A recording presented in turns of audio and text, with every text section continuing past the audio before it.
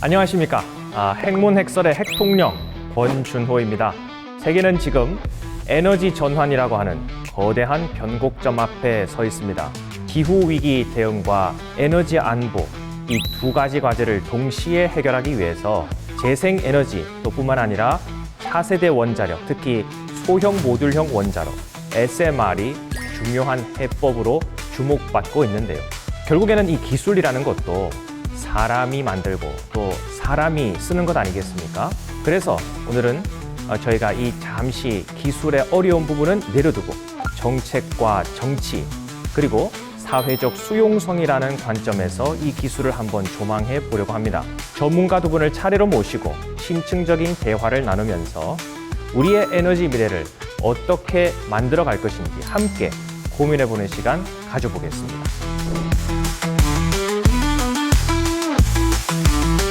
바로 시작해 보겠습니다. 최근에 미국에서 SMR 업계를 흔드는 뉴스가 하나 나왔습니다.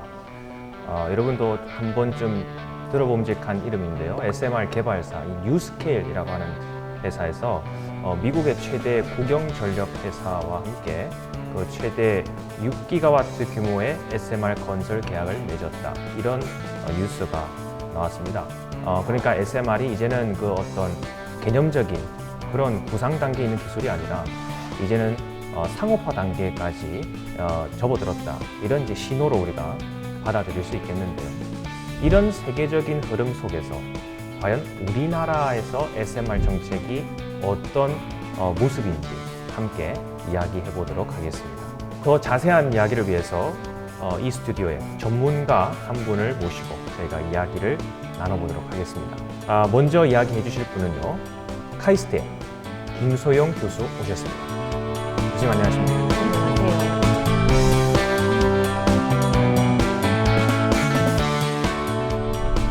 교수님께서는 그 카이스트에서 과학기술 정책을 가르치고 계시고요. 국제협력처장으로서 카이스트의 그 글로벌 정책 또 담당을 하고 계십니다. 오시는 길이 불편하진 않으셨습니까? 비행기를 안 타고 자동차로 왔습니다. 예. 네. 좋습니다. 저희 김소영 교수님 여기 소개를 해드리면요. 교수님은 단순히 연구실에만 계시는 그런 우리가 흔히 생각하는 그런 학자의 모습은 아닙니다. 어느 정도냐면은 제가 캠퍼스에 있는데 김소영 교수님 지도하시는 학생이 저한테 물어보더라고요. 교수님이 어디 계시냐고. 그래서 참 당황스러웠던 그런 기억이 있습니다. 근데 또 뒤집어 이야기하면 그만큼 우리 김 교수님은 현장을 누비시면서 현장에서 정책 전문가로서 활약을 하고 계신 아주 잔뼈가 굵은 분이다. 저는 이렇게 소개를 올리고 싶습니다.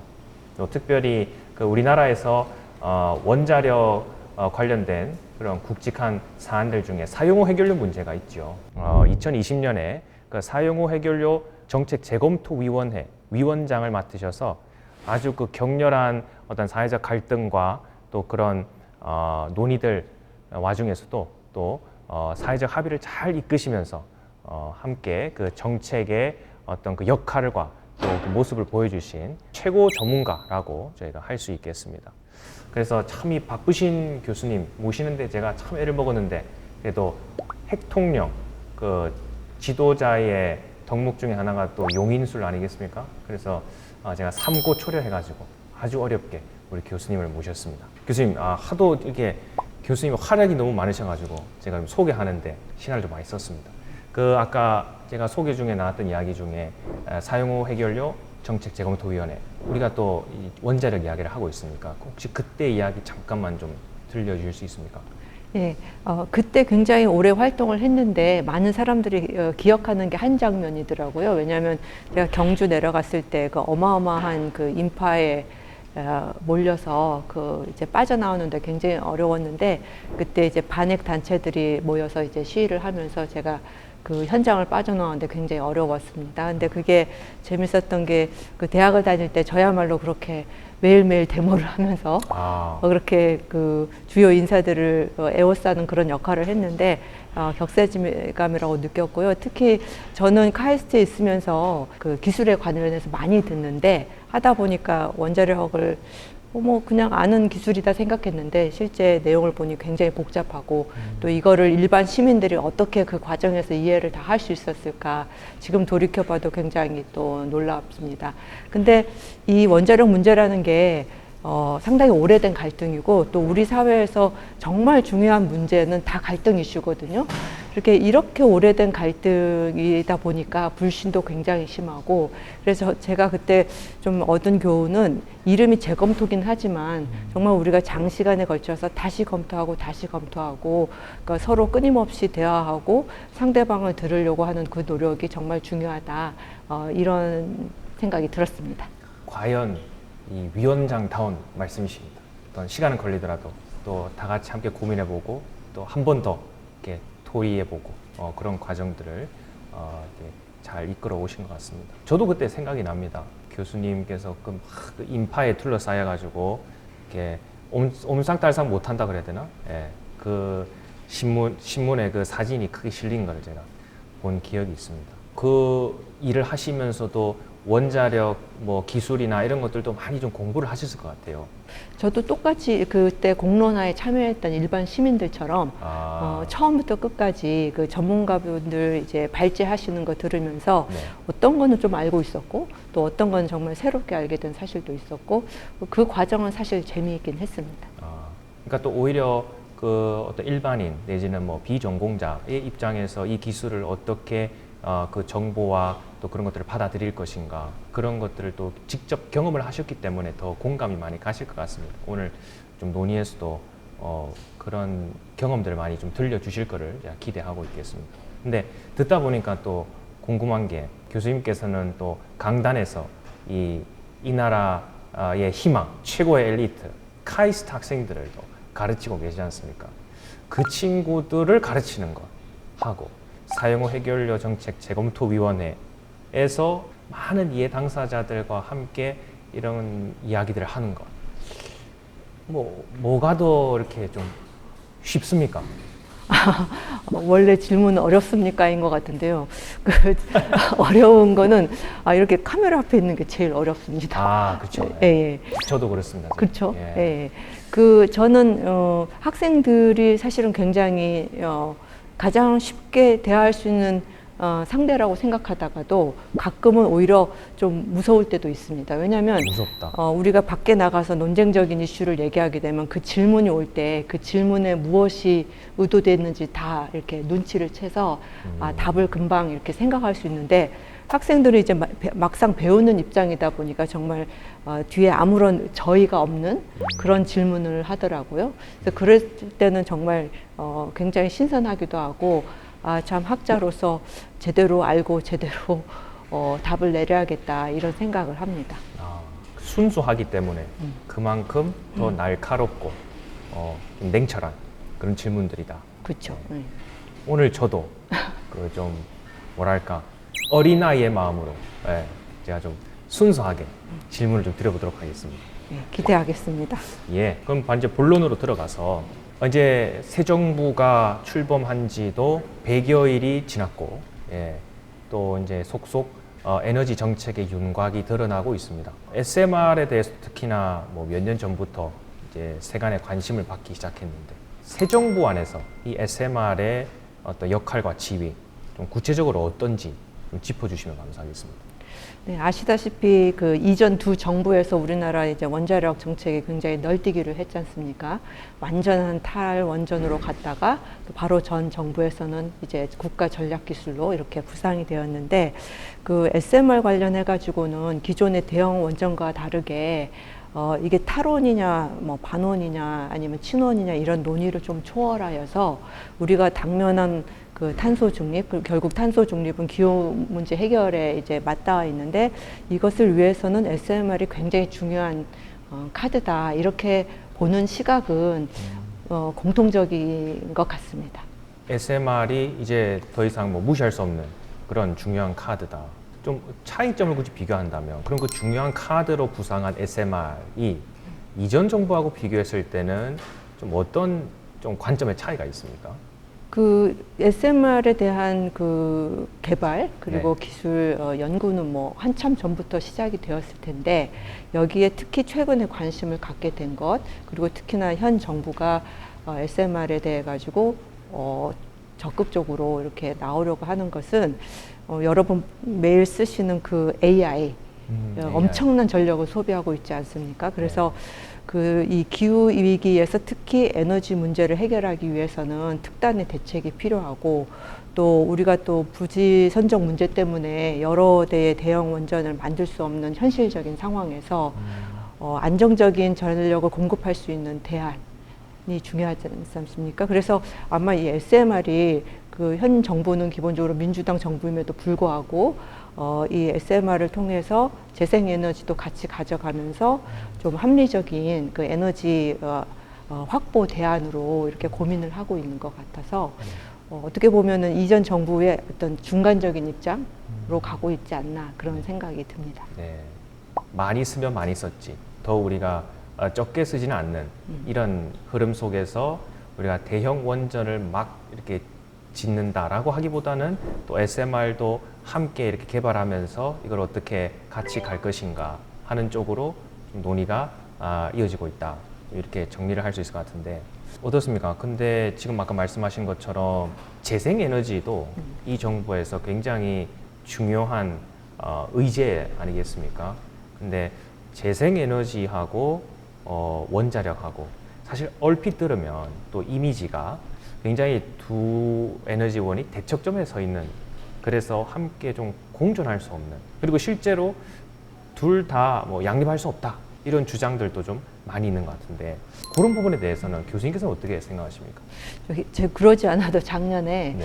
그 원자력과 재생에너지를 어떻게 조화롭게 양립 또는 병존시킬 것인가에 대해서 정책 연구를 진행한 적이 있습니다. 네. 근데 그 연구가 나온 배경은 이제까지 우리가 이거를 양자택일의 문제로 원자력으로 갈 거면 원자력 아니면 재생에너지는 재생에너지 이렇게 봤는데 재생에너지를 계속 확대해야 된다는 것에 대해서는 이견이 없는 것 같아요. 이제 확대를 얼마나 빠르게 하고 할 것이냐 여기에 대해 속도 차이는 있겠지만은 그래서 재생에너지는 분명 확충을 해야 되는데 그 재생에너지 아주 현실적인 한계가 있습니다. 그래서 현실적인 그 한계를 잠깐 말씀드리면은 우리가 뭐 태양광이나 풍력이 24시간 내내 이렇게 바람이 불거나 햇빛이 나오는 게 아니기 때문에 소위 이제 전문적으로 간헐성이라 그러는데 그랬을 때 어떤 충당할 수 있는 그런 안정적인 에너지원이 필요한데 원자력은 가져가야 되는데 어느 정도를 가져갈 것이냐. 그래서 그 연구는 이 두 가지를 어떻게 이제 조화를 시킬 것이냐 하는 그런 에너지 믹스 관점에서 진행이 된 것이고요. 그래서 그런 점에서 예전에는 이게 주로 양자택일의 문제로 봤는데 지금은 대부분이 어떤 정도로 이거를 이제 믹스를 시킬 것이냐 이런 논의로 가고 있습니다. 그래서 아무래도 그런 방향이 합리적이라고 현 정부도 보고 있는 것 같고요. 그러니까 방금 하신 말씀을 다시 바꿔서 설명을 해보면 SMR 원자력하고 재생에너지가 이렇게 함께 가야 하는 그런 갈 수밖에 없는 그런 상호보완적인 파트너 관계다 그렇게 들립니다. 이제 요거는 좀 경제적인 측면이라고 한다면 사실 오늘 또 교수님을 모시고 하고 싶었던 이야기는 좀 정치적인 정책적인 그런 측면인데요. 이제 아무리 기술이 좋고 또 그 기술을 장려하기 위한 정책이 마련된다고 하더라도 그것을 뒷받침하는 정치적인 환경이 또 마련되지 않으면 또 어려워지지 않겠습니까? 그래서 이 SMR이라고 하는 새로운 기술을 추진하고 또 장려하기 위해서 어떤 그런 정치적인 환경 혹은 그 변수들이 작용한다고 보시는지 좀 설명 좀 부탁드립니다. 그 우리가 과연 그 예전에 돌아가가지고 지금처럼 계속 5년마다 바뀌는 그런 정책 기조로 큰 대형 기술을 개발을 했으면 현재 우리가 알고 있는 로켓이라든지 아니면 원자력이라든지 이런 기술이 개발이 안 되었을 것 같기는 해요. 그 말은 뭐냐면은 기본적으로 사회적인 어느 정도 합의가 있는 기술에 대해서 장기적으로 지속적으로 개발하고 지원하고 하는 그런 게 핵심인데 아시다시피 지난 몇 번의 이제 그 정책적인 그 불안정성이 있었고, 그로 인해서 현장에서 개발을 하는 연구자들이나 그리고 이걸 상용화했을 때 산업으로 이어갈 수 있는 이런 기업들이나 모두 굉장한 불확실성을 가지고 있었던 건 사실이지 않습니까? 그래서 그 SMR을 이제 추진을 제대로 하려면 이미 이제 연구는 오래되었고 또 세계적으로 상당한 경쟁이 있는데, 그랬을 때 이제 정책적으로 안정적인 그런 지원을 하기 위해서 특별법이라든지 아니면 다른 제도적인 그런 지원이 있어야 되는데, 특별법 관련해서는 우리가 이제 워낙 특별법이 많아서 특별법이 뭐가 특별하냐 이런 얘기를 종종 해서 회의론이 있긴 하지만, 그런 법이 있음으로 인해서 정권이 변하더라도 계속적으로 뭔가를 추진할 수 있는 근거가 됩니다. 그래서 지금 논의하고 있는 특별법도 아마 조만간 구체화될 것이고 그리고 통과가 될 것으로 기억을 하고요. 또 무엇보다도 여기에 제일 중요한 것은 이러한 기술에 대해서 어떤 합의, 전반적인 그 공론화도 필요하지만 그걸 통해서 결과적으로는 어떤 사회적인 합의가 창출되는 것이 굉장히 중요한 과제라고 생각됩니다. 네, 확실히 또 그런 경험이 있으셔서 그런지 그 사회적 합의를 통한 어떤 신뢰 확보, 그리고 기술의 어떤 사회적 소통, 이런 것들이 굉장히 중요하게 다뤄져야 한다, 그런 말씀을 강조해 주셨습니다. 또 그러면 그렇기 때문에 지난번에 그 일본 편에서 또 저희가 잠깐 이야기를 했습니다마는, 그런 어떤 사회적 합의, SMR과 같은 신기술에 대해서 사회적인 합의를 우리가 이루려면 어떤 산들을 좀 넘어야 합니까, 교수님? 그 기술을 개발할 때는 각 단계마다 굉장한 리스크가 있는 것 같아요. 이거는 사회적인 리스크만이 아니고 실제 기술에서도 많은 이렇게 복잡한 그런 결정 단계들이 있을 텐데요. 궁극적으로 이제 기술을 다 개발한 다음에 시민들한테 이거는 안전하니까 쓰시오, 이렇게 접근하는 것은 올바르지도 않을 뿐더러 효과적이지도 않고요. 그래서 어떻게 보면은 기술을 개발하는 단계마다 이런 것들이 어떻게 진행되고 있는지 끊임없이 알리고, 또 그거에 관해서 실제 정부가 어떤 그 공식적인 결정을 할 때는 그 결정 과정을 투명하게 이렇게 공유하는 것, 이런 것들이 중요하다고 보거든요. 제가 이제 대전에 사니까 서울을 왔다 갔다 하면서 KTX를 굉장히 많이 쓰는데요. 아무리 KTX가 안전해도 정말 뭐 몇만 번에 한 번, 몇십만 번에 한 번 탈선을 한다거나 이런 사고가, 그리고 실제로 사고가 일어나지 않습니까? 그래서 그런 걸 볼 때마다 기술이 안전하다는 것을 믿는 것은 종교가 아니고 실제 사람들의 경험이고 또 그 기술을 만든 사람들에 대한 신뢰라 보거든요. 그래서 우리가 매일매일 KTX를 타는 것인데, 그렇다면 앞으로 SMR도 비슷하게 우리가 매일매일 이런 SMR에서 나오는 전기를 쓰면서도 불안해하지 않아야 되고, 그죠?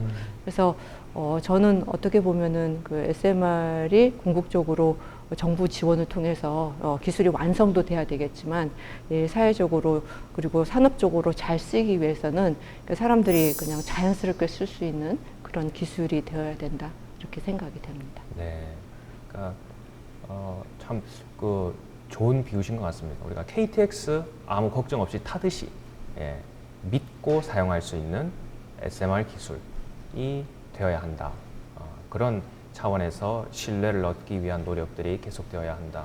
근데 들으면서 또 생각이 드는 것이, 그렇게 사용을 하다 보면 균형 잡힌 핵통령의 시각에서는 또 다른 의문이 드는 것이, 이게 쓰다 보면은 결국 또 우리가 그렇게 우려하고 있는 폐기물 문제가 또 떠오르는 거 아니냐. 결국 아무리 작은 크기의 원자로라 할지라도, 그러면 작은 핵 폐기물이 사용 후 해결료라고도 하죠. 그게 이제 많이 쓰면 쓸수록 또 작지만 더 많이 생기는 거 아닌가. 좀 그런 생각도 들 것 같거든요. 재밌는 게, 그게 제가 정확하게 맨 처음에 SMR을 들었을 때 그런 생각을 했어요. 왜냐하면 사용 후 해결료 할 때 그건 저희 이제 이미 대형 원전에서 발생한 그런 그 고준위 폐기물을 얘기하는 거였는데, SMR을 하다 보면 그러면은 작은 부피의 폐기물을 계속, 그죠?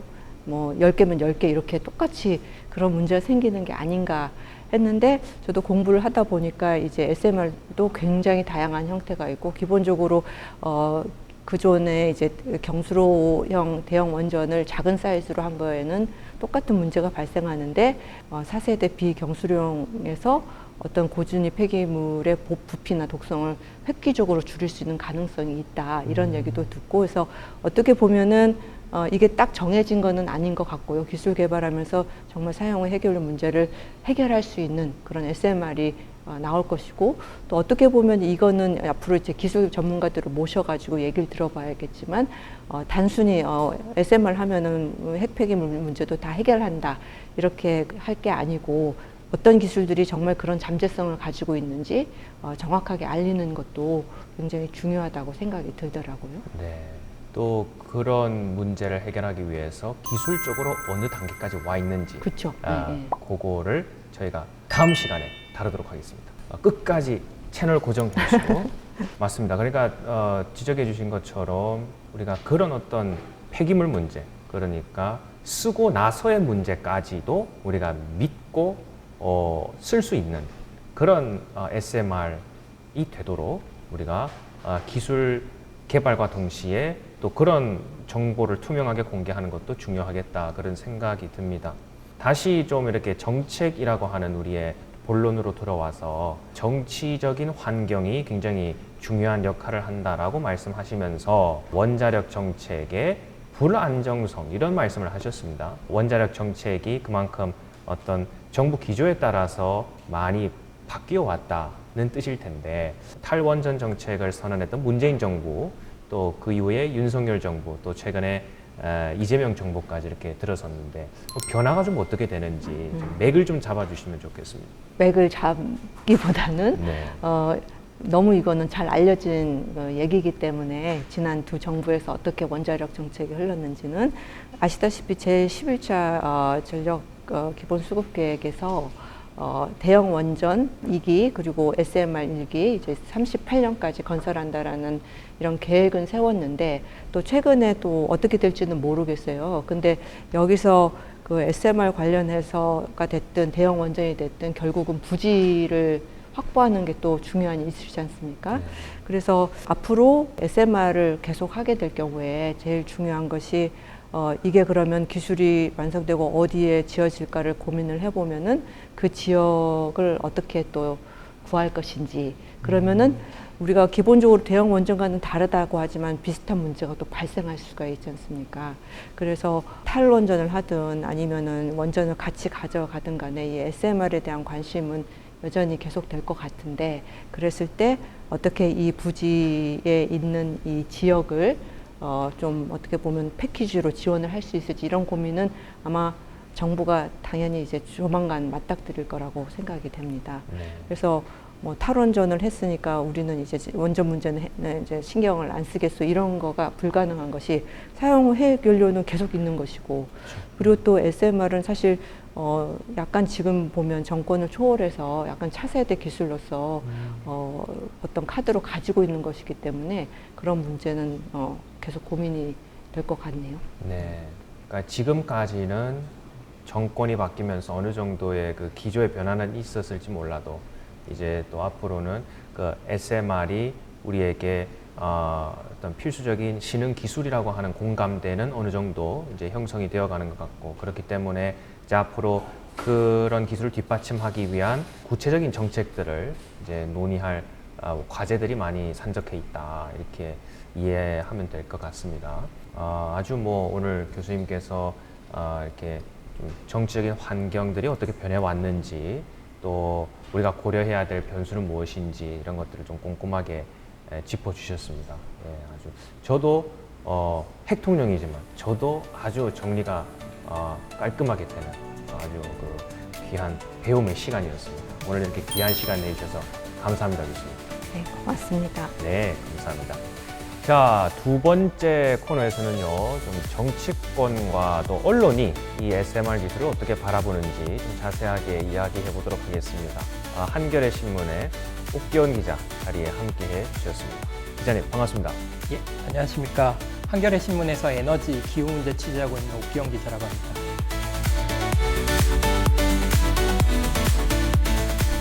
네, 저희가 드디어 이렇게 얼굴과 얼굴을 마주 대하고 봅니다. 작년에 그 행문액설 시리즈로 저희가 옥 기자님을 모셨을 때 참 저희가 그때 애틋하게 그 전화로만 이야기를 했었잖아요. 그래서 저는 이 목소리의 주인공이 누구인가 참 궁금했는데 이렇게 저희가 또 뵙습니다. 예, 정말 반갑습니다. 예, 그 지난번에 행문액설 작년에 그 시리즈가 대박을 쳤어요. 예, 오늘도 어떻게 좀 따뜻한 이야기를 준비해 오셨습니까? 아니면은 좀 오늘은 온도가 좀 어떻습니까? 좀 아무래도 기자인 만큼 예. 따뜻하면서도 차갑고 예. 냉정하면서도 온건한 이야기들을 이야. 준비해왔습니다. 역시 이 펜을 잡는 분들의 이 표현이 아주 대단하십니다. 그렇습니다. 이 정치권이나 산업계, 그죠? 그리고 또 정부 차원에서도 이 SMR의 장밋빛 미래를 많이들 이야기하실 때 이것이 과연 안전한 기술인가, 혹은 미래 세대에는 부담이 없는가, 이런 객관적인 시각 혹은 균형 잡힌 시각으로 바라보려는 노력을 우리 옥 기자님이 많이 해오셨습니다. 그래서 제가 오늘 이렇게 어렵게 모셨는데요. 좀 어떻습니까? 언론에서 이렇게 기자로 계시면 좀 이렇게 치열한 현장을 다니시잖아요. 그런 어떤 치열한 현장을 다니시다가 오늘 이렇게 분위기 좋은 성수동의 커피숍에 이렇게 저희가 모셨는데 좀 그 취재 현장의 분위기하고 여기 분위기 좀 다릅니까? 어떻습니까? 아무래도 제가 에너지 문제를 취재하던 기자다 보니까 일단 예. 여기 비치는 불빛들 이게 예. 다 전기를 통해서 생산되는 거라서 아하, 그렇죠. 아무래도 성수동은 예. 핫플인 만큼 그만큼 엄청난 전기 생산 소비량들을 아하, 담보할 수 없는 지역이다 보니까 예. 결국은 전기와 성수동 이렇게 에너지 문제를 논의하기 위한 적절한 장소를 섭외하신 것 같아서 굉장히 즐겁게 왔습니다. 그러네요. 그러고 보니까 이 젊은이들의 성지 성수동, 결국에는 미래 세대가 이 에너지 문제의 당사자일 테니까요. 오늘 이 성수동에서 아주 의미 있는 미래에 관한 담론이 이어지기를 제가 기대하면서 바로 본론으로 좀 들어가 보도록 하겠습니다. 이제 SMR이 이제 기술이 개발이 되면서 관련 법안들도 좀 논의가 되고 있는 것 같습니다. 법안을 논의하는 분위기는 어떤지 그 여의도 소식을 좀 들려주시죠. 아무래도 저희가 취재를 하다 보면 그 소형 원전에 관련된 특별법들은 지난 국회 임기 때도 많이 몇 차례 발의가 됐고 네. 결국 통과는 되지 않았지만 이번 임기 때 가장 좀 주목해 볼 점은 약간 원전에 대한 규제의 시각들을 가지고 있는 더불어민주당, 여당 의원들이 좀 공동으로 특별법, SMR 특별법을 발의했다는 것을 좀 가장 주목해서 볼 필요는 있어 보입니다. 네. 그러면은 그 법안들에서 좀 핵심적으로 다루는 것들이 좀 있다면은? 그래서 이번에 여당 의원들이 대표 발의한 황정아 의원이 대표 발의했는데요. 그 네. 법안명을 보면 소형 원자로 산업 및 육성 지원 특별법입니다. 그 법안명처럼 SMR 산업을 육성하고 어떻게 지원할지에 대한 이런 포괄적인 안들을 담고 있는 법안인데요. 내용들을 들여다보면 미국에서 현재 에너지법이 시행 중인데 좀 에너지라는 게 좀 개발하는 시간이라든지 많은 비용들이 들어가는 대상이지 않습니까? 그렇죠. 예. 그래서 장기 연구, 실증 예산을 지원하는 법안들을 마련해서 이런 신생산업들을 육성하기 위한 에너지법을 시행 중인데 저희 이 국회에서도 이런 법안을 벤치마킹해서 좀 전반적으로 그 인력 부분뿐만 아니라 그 특정 SMR이 들어갈 수 있는 지역들을 어떻게 지원할지, 인력들은 장기적으로 어떻게 육성할지, 이 에너지원들은 어떤 방식으로 중장기적으로 연구에 지원할지에 대한 전반적인 포괄 지원책들을 담고 있는 법안으로 이해하시면 될 것 같습니다. 예. 아까 말씀하신 것 중에 실증이라고 하면은 어떤 거죠? 실증과 관련된 것이 포함이 됐다라고 하면은 아무래도 에너지를 개발뿐만 아니라 그게 저희 일상에까지 연결되는 과정에서의 다양한 송전망들 그것들이 실행 에너지원으로서 실제로 구현될 수 있을지에 대한 전반 포괄적인 연구들을 중장기적으로 살펴보면서 지원하는 정책으로 보시면 될 것 같습니다. 그러니까 테스트하는 그런 어떤 환경을 조성하는 거군요. 예. 네, 알겠습니다. 이게 또 들어보니까는 소위 이제 정치적 진영과 또는 색깔하고 관계없이 또 이렇게 법안들이 이렇게 마련이 되는 것 같아요. 좀 어떻습니까?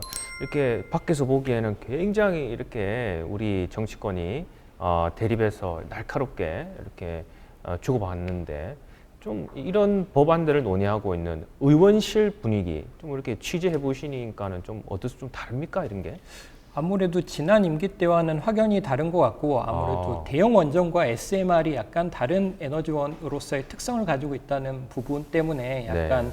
여당들도 의견들이 약간 갈리는 것 같습니다. 네. 좀 내부 분위기를 취재해 보니까 대형 원전 때는 좀 아무래도 이제 오랜 사업 주민 수용성 문제 때문에 약간 반발하던 의원들도 탄소 감축이라든지 그리고 지역 분산 에너지에 대한 관심들이 커지고 미래 에너지원으로서 그렇게 방향성들이 설정되다 보니 이런 작은 원전 지역에 이제 녹아들 수 있는 원전에 대한 기대감들을 자연스럽게 여당 의원들도 가지고 그 개발되기를 기대하는 바람들이 이제 반영돼서 이런 의견들이 약간 변화되는 계기가 마련된 것 같습니다. 네.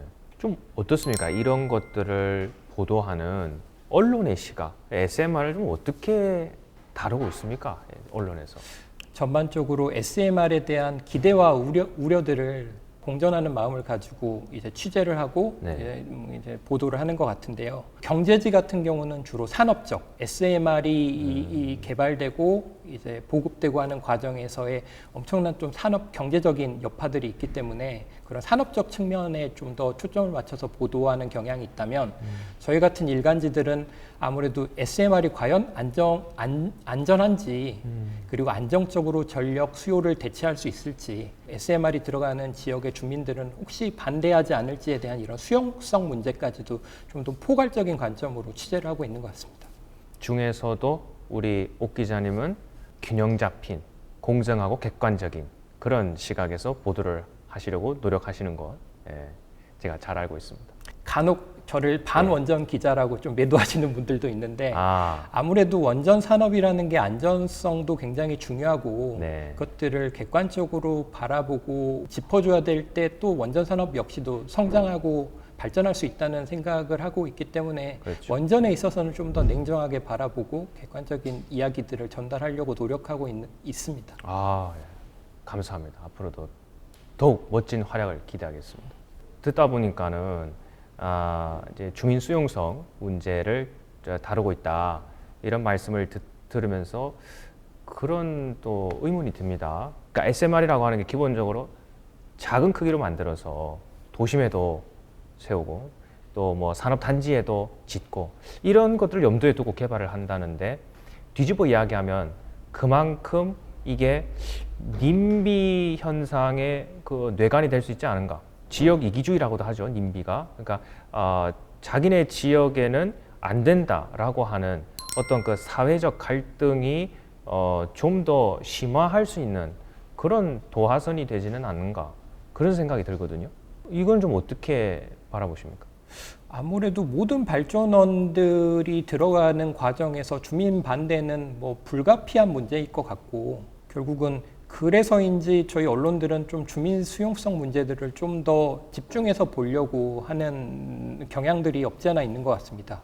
그러니까 아무리 좋은 발전원이라고 해도 지역민들이 그리고 구성원들이 강하게 반대한다면 사업이 지연되거나 좌초될 수밖에 없어서 주민 수용성은 뭐 원전 개발 못지않게 굉장히 중요한 절차인 것 같고요. 결국 우리나라의 가장 큰 문제가 이런 발전 시설을 건설하고 이제 유치하는 과정에서의 좀 주민 수용성을 포괄적으로 보는 절차로 진행됐다기보다는 일방적으로 지역을 특정해서 하향식으로 배치하는 방식의 이런 하향식 경향들이 항상 문제가 되어 왔어서 네.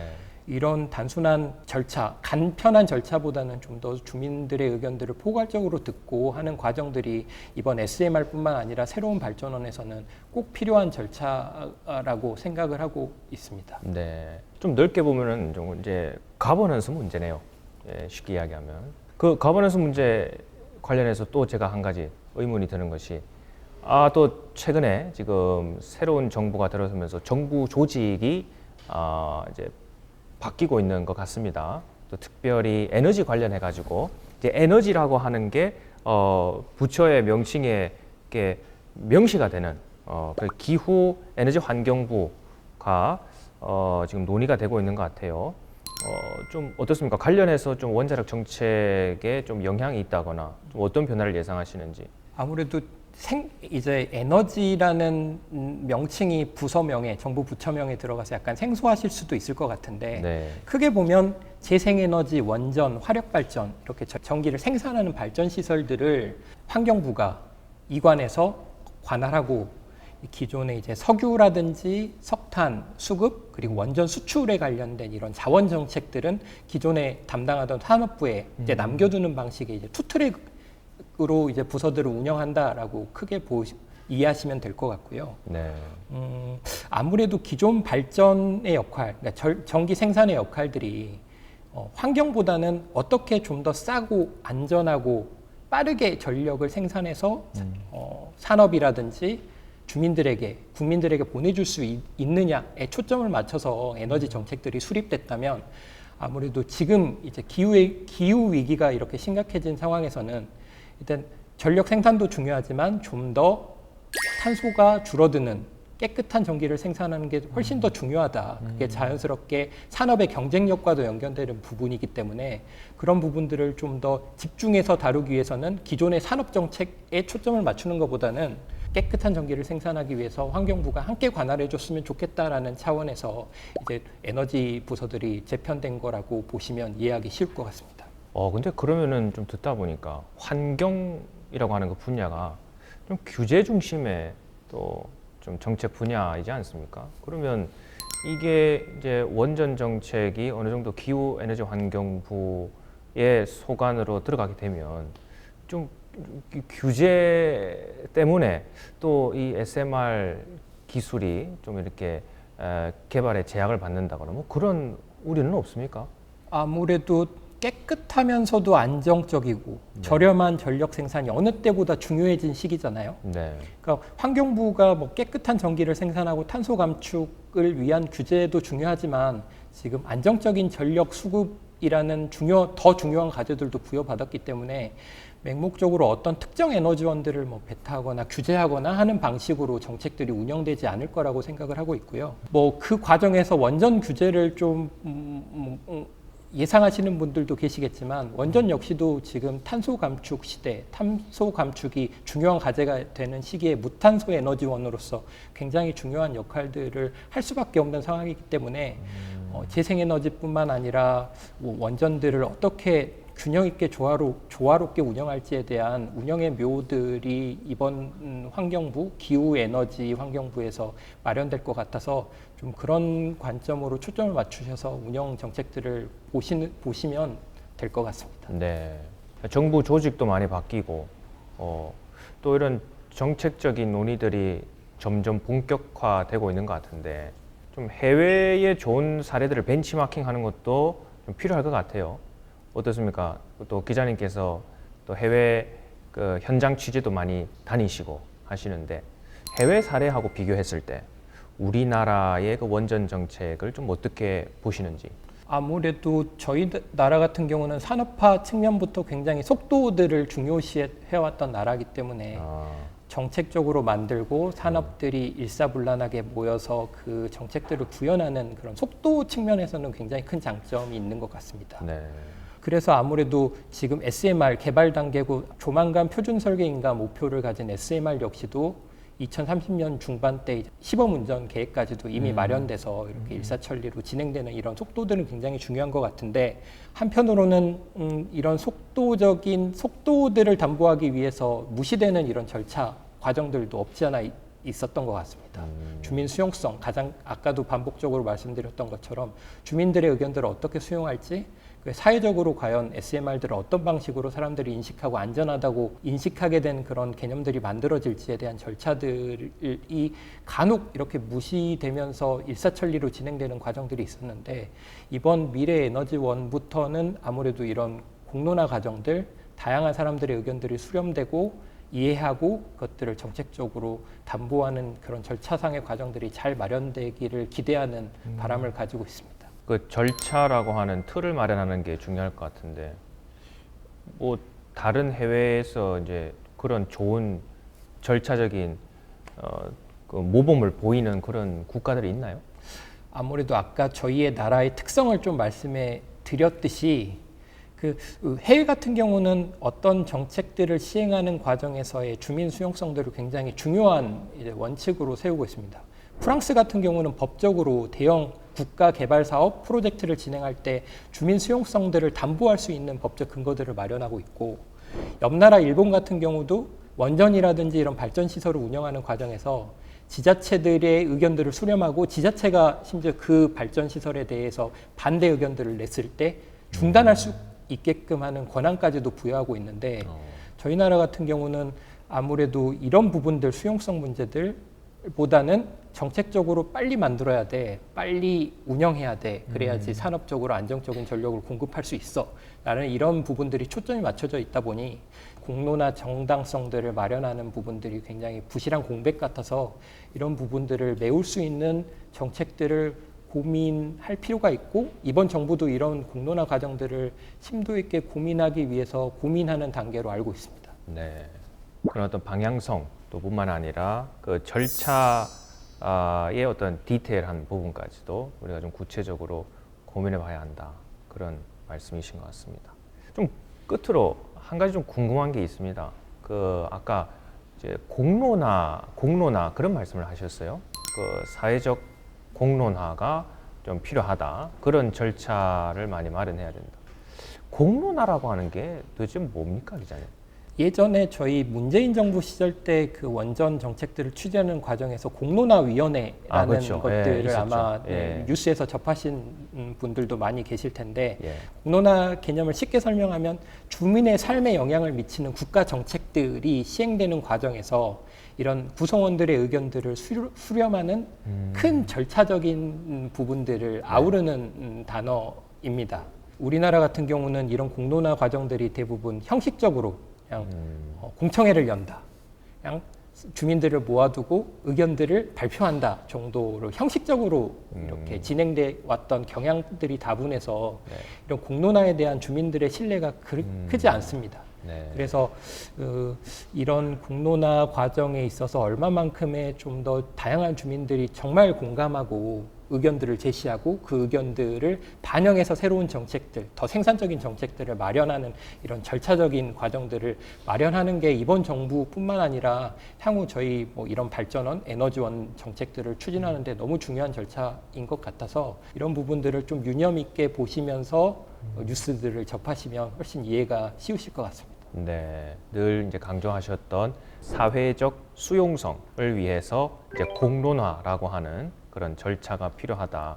그렇기 때문에 모두의 목소리를 아우를 수 있는 그 방법을 우리가 함께 고민해 가면서 기술도 개발해야 된다. 맞습니다. 그렇게 정리를 할 수 있겠죠? 예, 맞습니다. 예, 좋습니다. 오늘 이렇게 옥 기자님 말씀 듣다 보니까 참 그런 것 같아요. 예, 균형 잡힌 그런 기술 개발과 또 사회적 신뢰, 이 두 마리 토끼, 여기 또 토끼가 또 나오네요. 이거를 동시에 우리가 고민하는 그런 전략으로 가야 한다. 그런 중요성을 저희가 한번 새삼 느낄 수 있는 그런 시간이었습니다. 옥 기자님 또 취재하시느라 발로 뛰셔야 되는데 오늘 이렇게 또 귀한 발걸음 해주셔서 너무 감사합니다. 예, 감사합니다. 네, 지금까지 한겨레 신문의 옥기원 기자였습니다. 시청자 여러분께서도 오늘 저희 두 분의 전문가를 모시고 나눈 이야기 속에서 정책과 정치의 관점에서 SMR을 함께 바라보면서 과연 우리가 어떻게 사회적 신뢰를 확보하고 함께 소통해가면서 이 기술을 향유해 나갈지에 대해서 고민해보는 그런 시간이 됐으면 좋겠습니다. 또 우리가 빼놓을 수 없는 것이 과연 이 기술이 어디까지 왔는가, 또 어디로 나갈 것인가 하는 것이겠죠. 그래서 이 SMR의 기술 동향과 또 그 자세한 정보들을 다음 시간에 함께 전문가들을 모시고 나눠보겠습니다. 오늘도 여러분들의 많은 기대와 관심 감사드리고요. 또 앞으로도 계속 이 채널 고정하셔서 끝까지 함께 해주시길 바라겠습니다. 함께 해주신 여러분 고맙습니다. 지금까지 핵문핵설의 핵통령 권준호였습니다.